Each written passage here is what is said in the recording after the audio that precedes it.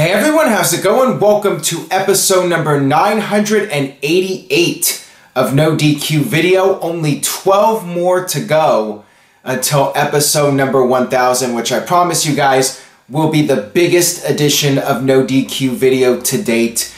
I have a lot planned for that episode, not just questions, but other ideas and concepts for that episode. Stay tuned, spread the word, tell a friend. Share this video on Facebook, Twitter, Reddit. Tell a friend about NoDQ Video 1000. August 16th, that is the date for NoDQ 1000. Right before Summerslam weekend, it is going to be a happening, as Gorilla Monsoon might say. Now, with that being said, got your questions, and let's get right down to it. First one today comes from Detroit Spider-Man. Thoughts on having WWE do Cena versus Nakamura in a #1 contender match on SmackDown next week instead of saving this for a pay-per-view? And this is a first-time asker. I will give WWE the benefit of the doubt and see what happens. Perhaps this is going to be more of an angle that is going to set up the match at SummerSlam. Now, the SummerSlam poster was released, and you can check that out on NoDQ.com. Nakamura is in the poster. All the guys that have matches officially for SummerSlam, including the women, are featured on the poster. Cena's on the poster, Mahal's on the poster, and Nakamura is on the poster as well. That can lead one to believe that maybe WWE is going to do a triple threat match for this WWE title at SummerSlam. I'm not sure, but generally speaking, I'm not a fan of giving away big marquee main event matches for free. Yes, we are in a different era now where pay-per-views don't really matter as much since everyone's paying $9.99 for the network, but I think as a general rule, you want to build up your big matches and give people something to look forward to, build up the anticipation for the match. Just not a fan in general of giving away these big matches for free. And it's not like WWE has to compete with WCW. So it really doesn't make a lot of sense to try and pop a rating for 1 week. I think the better thing to do is focus on writing better shows week to week and gradually building up your audience rather than trying to hotshot something, which this could be what WWE's doing. I guess we'll see next week. If it's an angle to lead up to SummerSlam, then I think it's not that big of a deal. But if it's just them doing a match for Cena to advance or even for Nakamura to advance, then I will question why WWE did that. It's also weird. You would think that it would be the opposite. It would be Jinder Mahal versus somebody with the winner facing Nakamura, the winner facing John Cena at SummerSlam. But you're doing Cena versus Nakamura leading up to a match with Jinder Mahal? Alrighty then, as Jim Carrey would say. Got this one here from Converse Craig. Do you think it's too predictable for John Cena to win at SummerSlam, or will they keep the title on Jinder and give him credibility? That's the thing. If they do a triple threat match, that way WWE can book it so Mahal can retain by pinning Nakamura instead of Cena. And quite frankly, I like that idea better than doing John Cena versus Jinder Mahal and having Mahal retain the title because of outside interference, because that's been the pattern now. That's what's happened every single month. Somebody has interfered on Jinder Mahal's behalf, going back to the match at now I'm forgetting the name of the pay-per-view because there's been so many of them. But the last 3 or 4 big matches that Mahal has been in, he's had outside interference. And this goes back to when he won the #1 contendership in the first place. I think that by doing a triple threat match, you can have Mahal retain and give him somewhat of a credible win, which I like that actually. I would be okay with Nakamura taking the fall in that triple threat match. You know it's inevitable that Cena's going to win the title, whether it's SummerSlam or the next SmackDown pay-per-view. You know he's going to win the big 17, and that story is going to be told. John Cena, the American, taking out the evil foreigner Jinder Mahal once and for all. You know what's going to happen. It's just a matter of when. Cena might win at SummerSlam. WWE might hold off on it. But if Mahal's going to retain at SummerSlam, I say do the triple threat match. This one comes from Mr. Yuck. 1 week they tease Nakamura and AJ Styles, and the next a whole different storyline. What odds the match will happen this year? I'm thinking WWE is saving it until WrestleMania. That's my feeling and what I think they should do. I suppose they could do it at Survivor Series, but, you know, they did that tease at Money in the Bank, and if you're not going to do the match right away, then I say save it. Wait until WrestleMania and do Nakamura versus AJ Styles for the WWE title. But that is something I would like to see for WrestleMania, and stay tuned because for episode 1000, I will be doing a complete fantasy card for WrestleMania 34. I've talked about a few matches I would like to see personally, but I'm going to put together an entire card for WrestleMania 34. That will be part of episode number 1000. So a little bit of hype for episode 1000. Breaking news right here on NoDQ video, episode 988.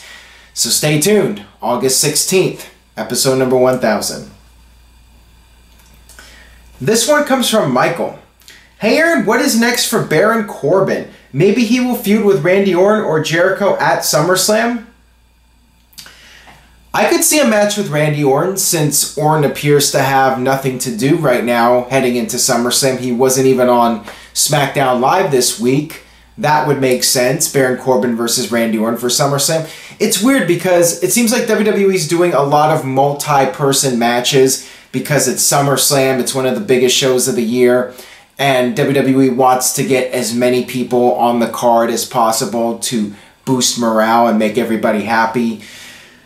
The problem with that is when you do all these multi-man matches, they really don't feel that important. It feels like it's being done just to get the guys on the show rather than build up a compelling storyline. The one exception is the Fatal 4-Way, and I'll talk more about that in a minute. I could see WWE also just not putting Corbin in a match and maybe have Corbin be there in the arena, cut a promo, maybe come out in front of the live crowd and tease cashing in Money in the Bank. I could see that happening, and maybe that would be for the best. Just have Corbin there, and Corbin could even say, since I have no match tonight, this is even a better opportunity to cash in because I'll be 100% fresh. WWE could play it up on that angle. So we'll see. But if Corbin is going to have a match, I would say Orton is the most likely opponent. Got this one here from Wreck-It Beckett. At this rate, I cannot see myself caring about SummerSlam. What do you think WWE could do to make it interesting? I think the main event, the Universal title match, I think that alone is going to make the show. I think it would take some bad booking of epic proportions to screw up that match. You have 4 guys that are red hot right now, and it's going to be a fight. It's going to have that big fight feel. It's going to be carnage. These 4 monster trucks colliding. It's going to be insane, and it should be one of the best, if not the best, Fatal 4-Way match that WWE has ever produced. It certainly has the potential. And my expectations, I think if those guys are allowed to go out there and have a killer main event, it will be the best Fatal 4-Way match in WWE history, and it should be an all-time classic. So I'm looking forward to that match alone. I think as far as the other matches, again, going back to earlier, as long as WWE doesn't do too many multi-person matches, you know, unfortunately, I think some people are going to need to be left off the card. I think for SummerSlam, you want a lot of strong matches, and I think your strongest matches are one-on-one matches. And I think just throwing too many people on the card, it will make the show less exciting overall. I'm hoping WWE can produce a really strong card, you know, like SummerSlam 2002, a strong card from start to finish and not go overly long either. You know, that's my other issue. And when I talk about WrestleMania on 1000, I'm going to be cutting back on the time for that show because I'm not a fan of the 7-hour WrestleManias. 4-hour SummerSlams, I guess I can deal with it, but I think WrestleMania should be 5 max. But I'm getting off topic now. I will talk more about WrestleMania on episode 1000, August 16th, in case you forgot.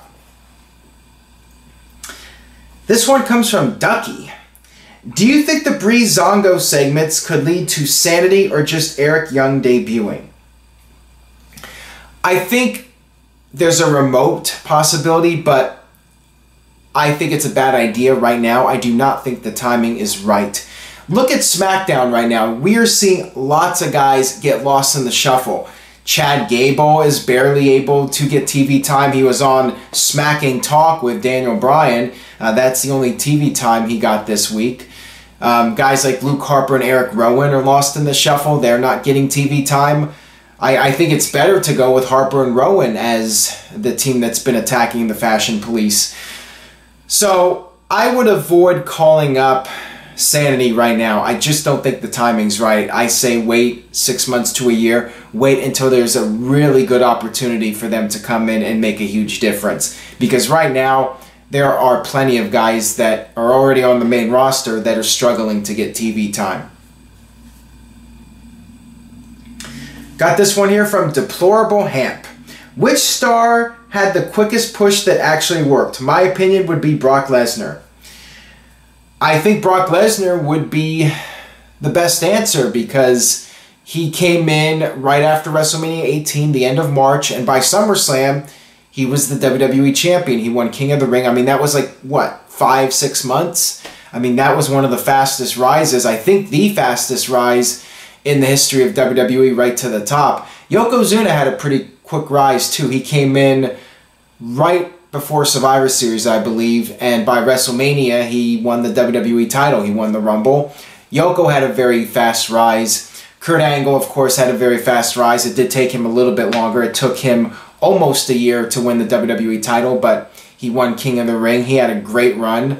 The Shield, all 3 Shield members coming in, being dominant right from the get-go and being booked as a real threat, a real force to be reckoned with. The Shield is definitely up there as far as recent acts in WWE that were pushed really strong right out of the gate.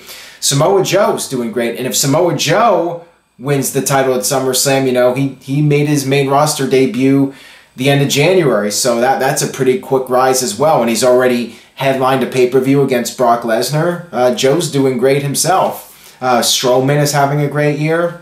So yeah, there are some guys that have really done well within their first year in WWE. This one comes from Michael. Should The Miz be elevated out of the mid-card for a possible world title run? How and who should he face? Oh man, I think unfortunately the timing isn't right. Like I said a few minutes ago, the 4 guys in the main event at SummerSlam, that's a red-hot match. All 4 guys are hot right now. Miz isn't really at that level. He's doing very well as the IC champion, and I think he was doing better on SmackDown. He seemed to be in a better position on SmackDown. Hell, I would have preferred Miz getting another WWE title run instead of Jinder Mahal. I think it's unlikely. I think it's unlikely Miz gets another WWE or Universal title run unless something happens, somebody gets injured, somebody quits, and there's some sort of circumstances and the stars align and there's a good opportunity for Miz to get back in there in the main event spot. Otherwise, I don't think it's going to happen. So, not predicting it. And, you know, if he was champion, I'm not sure who I would put him in there against. Somebody different. You know, somebody he hasn't faced before. Not Dean Ambrose. How about that?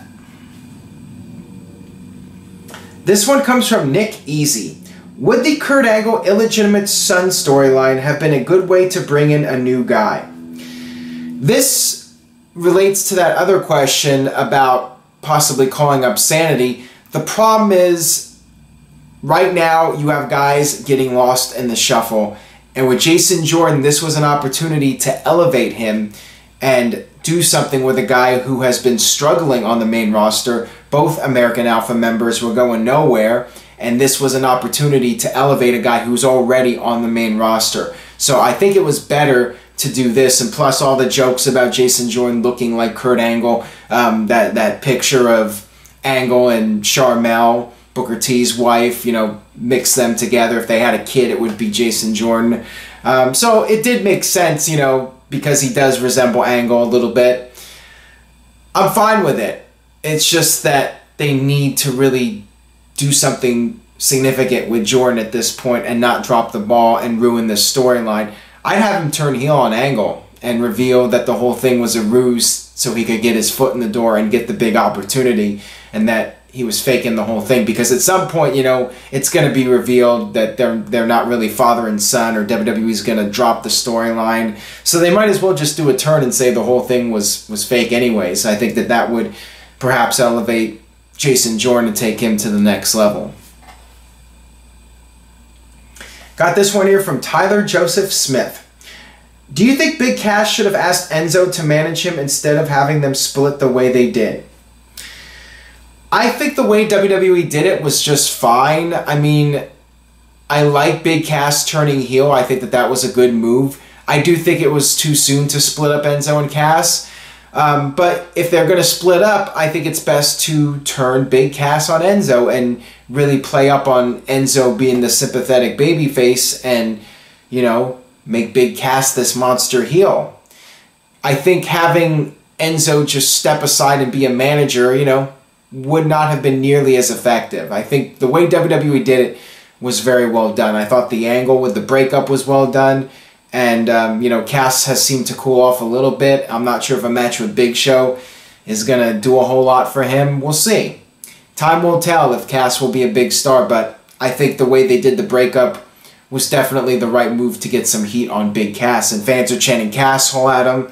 I think it worked well, at least so far. Time will tell if WWE can continue the ball rolling with the momentum, or if Big Cass just fizzles out. And part of that might be on him too. You never know. That'll wrap it up for this edition of NoDQ Video. Thank you guys so much for checking out today's video. Again, stay tuned to NoDQ.com for the very latest regarding WWE SummerSlam, the matches, the GFW stuff with the Hardys. A lot of news up on the website right now, NoDQ.com. Check out the videos on YouTube, youtube.com/AaronRiftNoDQ. You can check out the NoDQ panel videos, which have been getting very strong reviews. And also, speaking of strong reviews, the NoDQ Wrestling Trivia Challenge has been very well received, and I'm glad you guys are enjoying those videos, and we got more trivia videos coming. We'll see if somebody can beat Jeff Meacham. Jeff beat Greg Cherry, who's one of the best trivia experts when it comes to wrestling that I've ever come across. So that was quite impressive for Jeff to beat Greg. Stay tuned for all that. Lots of video content almost on a daily basis. Please keep spreading the word, sharing this video, telling a friend about the channel. And I will see you guys next time for episode number 989 of NoDQ Video.